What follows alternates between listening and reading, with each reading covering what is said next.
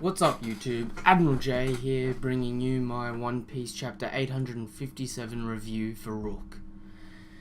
All I can say is, Capone is a savage! So, the chapter was split up into three major parts. Sanji's reuniting, Capone's backstory, and Luffy and Capone's alliance. And damn, so if I go back to the beginning of it, Sanji reuniting with everyone from the crew, meeting up, realizing that Jinbei showed up and everything like that. On point. The emotions were on point. Everyone got along really well. There were some really funny moments here and there with Sanji and Nami and Brule. And it really tied together that whole storyline leading up for the wedding ceremony for tomorrow. Then Capone's backstory, and bro, all I can say is Capone is a savage. Any man that would decapitate an animal just to watch it squirm is a messed up person. And on top of that, he would not only kill his enemies, but he would leave their crews alone. So that means he was strong enough to take out their leaders and leave them untouched and not want them to come back and mess with Capone. Crazy stuff there, crazy stuff. On top of that, with Capone being one of the leaders of the head mafia for the underworld, I wonder if he has some type of connection to Bartolomeo, who was a mafia or mob boss of Logtown. So I wonder if they're going to incorporate that in some way. Maybe they've got some unannounced connections there. Then on top of that is, of course, the Luffy Capone alliance. And all I can say is, sorry Law, you're being ditched for Capone. So with this as well, I'm not really sure how it's going to go, because quite obviously you've got Capone, who is not the type of person Luffy gets along with. And Luffy even says that he's got a plan for when he meets Capone. And I'm not sure whether or not that's going to be just Luffy hitting him in the face, Luffy going, oh, this is what I'm compared to, or even Luffy just going, oh, yeah, whatever, Capone, I don't really care. But on top of that, Capone's reaction at the end of the chapter. Now, we all know Luffy is stronger than Capone, or at least we think we know. But Capone has the balls to say that he'll take out Luffy if he doesn't like his personality. And this brings up a really interesting point about Capone as well, and his powers. And not only does he think he could take out Luffy, he's planned how he's going to take out Big Mom. And with his powers being the Castle Nomi, or the Fort Nomi, you've got to look at how it's worked so far.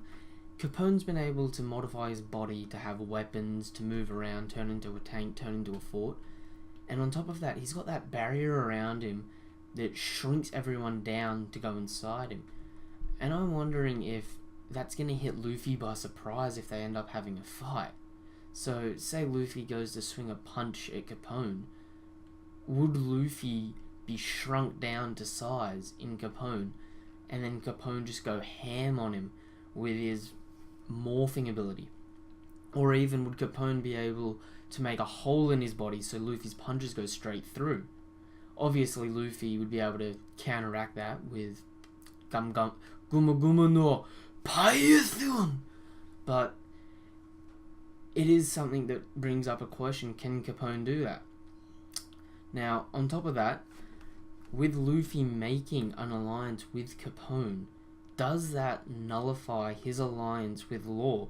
And will that be what gives Law a way to back out of their alliance? Because all the supernovas were introduced, obviously, as Luffy's rivals. And up until now, Law's more or less gone from a rival to more kind of like Luffy's sidekick. And I know a lot of people are questioning whether or not he's going to stay like that for long, because Lord has stated that he's after the One Piece. So, is what's going to happen is Law and Luffy are going to take down Kaido, and then that's it. They're going to part ways and be at odds because of Luffy trying to get into alliance with Capone. If that happens, that is, if that manages to happen, I can see it going down where, in all honesty, Capone might go, I don't mind this Straw Hat Luffy guy, he's not that bad. But Luffy, on the other hand, might want to have nothing to do with Capone once he's made him. Especially knowing that he hurts animals and he's an all-around sneaky guy. And with that as well, you have Capone going after Big Mom. And I know a lot of people may have forgotten, but Capone has a Sea Prism Spear. So is he planning to just run her through at the Red Wedding? Or the Red Velvet Wedding? And on top of that, this brings up another point that was raised in this chapter of the brokers and everyone from the underworld coming. And with that, you potentially have a lot of people that already want Capone dead because of his mafia days. We also have a chance of bringing back a few people that we may have met as well. I know a lot of people may not think about it, but Buggy is huge with this sort of thing, with Buggy's delivery business. I mean, I would not be surprised if Buggy's invited to the wedding and shows up to the wedding. Other underground brokers, I mean, there's Crocodile. Crocodile always seemed to have a huge connection to the underground. So, all this stuff is really coming together, and it's going to make the next few chapters very intense. And again, with the end of the chapter, with Capone saying if he doesn't like Luffy, he's going to take him out, there's a lot of ways this could go down. Is Luffy going to hijack his plan? And we all know Luffy. Luffy never follows instructions. He never follows anyone's plan. So, is once Capone's plan in action, is Luffy just going to go off on a tangent doing his own thing? Or is he going to be able to beat Capone and take over his already existing plan for himself? Or is Capone going to maybe try to take down Big Mom and Luffy at the same time? I don't know. All this thing, they're crazy things just getting merged together, and it's just going to make the wedding ceremony a massive clusterfuck, but it'll be really interesting. So all in all, with all the stuff we've learnt this chapter and all the things that we can see coming up, I would gladly give this chapter a 7 out of 10. We got Capone, a bit of Capone's backstory. We got the reuniting with Sanji, and Sanji's whole, "Nami-swan, is that a marriage proposal?" And a lot of things are tying together, meaning the second half of this arc is really going to kick off, and it's going to be very fast paced. So all in all, 7 out of 10. Like, subscribe, and as always, enjoy.